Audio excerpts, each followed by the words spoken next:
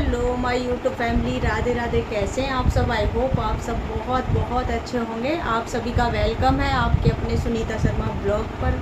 तो आज जो है पंखा चल रहा है क्योंकि गर्मी बहुत ज़्यादा हो रही है। आप लोगों ने देखा होगा मुझे बहुत ज़्यादा पसीने आते हैं, तो मैंने सोचा पंखा चला लेती हूँ, देखती हूँ आवाज़ ठीक आएगी कि नहीं। और बाकी आप लोग बताना कि आवाज़ ठीक आती है कि नहीं आती। तो मैंने पंखा चला लिया है। और आज जैसे कि मैंने मेरी पिछली वीडियो गई है ना, उसमें मैंने बोला था, मैंने कहा कमेंट आया था और वो कमेंट कई बार आ चुका है, तो उस टॉपिक पर आज बात करूँगी आज व्रत के बारे में। तो देखिए, सबसे पहले तो मैं ये बोलूँगी कि कोई भी व्रत हो, कोई भी पूजा पाठ हो, सबसे पहले ना अपने अंदर श्रद्धा होना बहुत ज़रूरी है।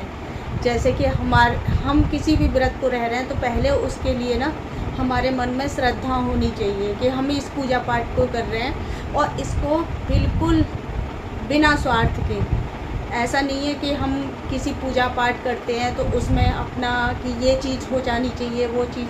हाँ, होते हैं कुछ व्रत ऐसे भी होते हैं कि जो कि मतलब मांगने से होता है, जो आप उसके लिए रह रहे हैं, जैसे जिस चीज़ के लिए भी रह रहे हैं व्रत, उसके लिए।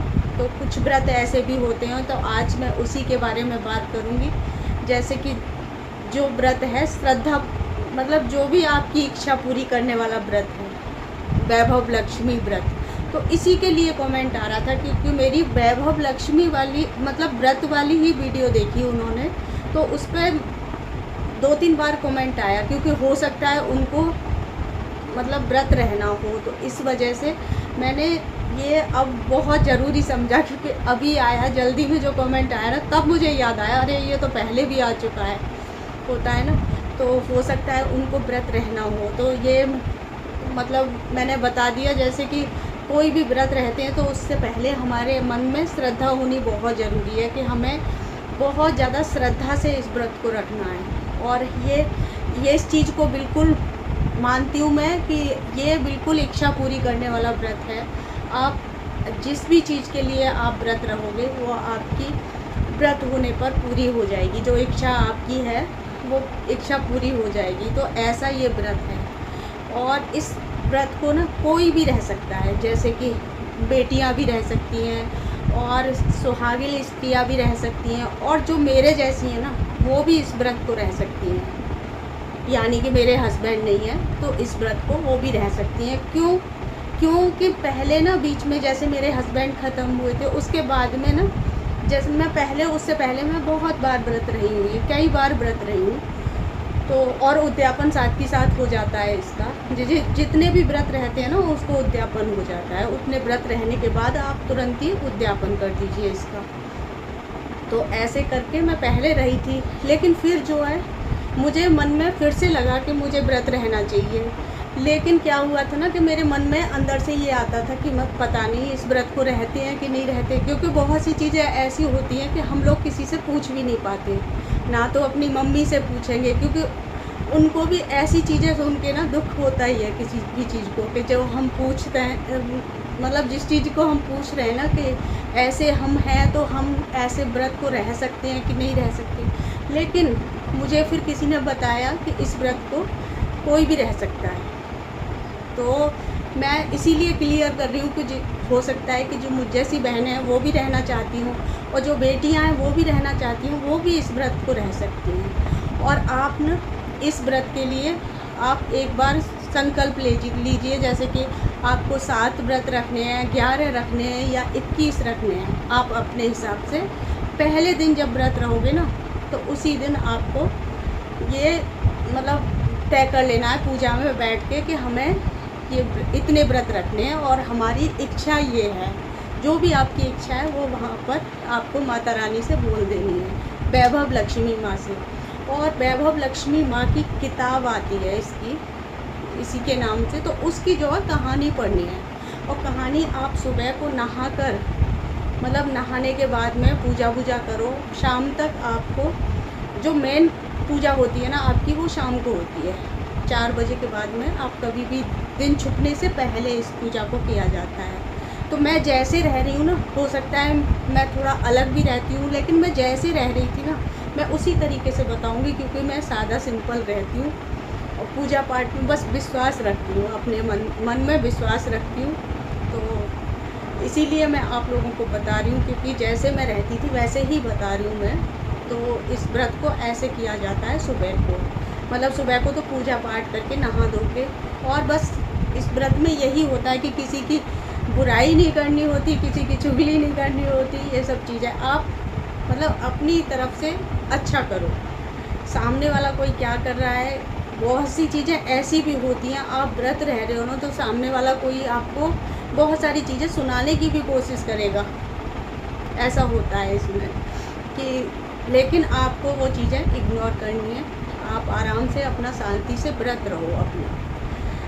तो ऐसे करना है। शाम को आप पूजा, शाम को आप फिर दोबारा से अगर गर्मी आए तो नहा सकते हो। अभी गर्मी चल रही है तो शाम के टाइम नहा के फिर से अपना पूजा करो। लेकिन इसमें जो गुलाब का फूल होता है वो करना है। एक चौकी बनानी है, चौकी पे पूजा करनी है, और आपको माता रानी की तस्वीर के आगे, और आपको उसी किताब में भी लिखा होगा जो जो चीज़ें हैं ना, आपको सब चीज़ें किताब में लिखी हुई हैं, कैसे कैसे आपको व्रत रखना है, कैसे उद्यापन करना है। तो ये सारी चीज़ें उसमें लिखी हुई होती हैं। तो वैसे आपको बहुत सारी जानकारी इस चीज़ में मिल गई होगी कि मैं कैसे रखती थी इस व्रत को, वैभव लक्ष्मी व्रत को।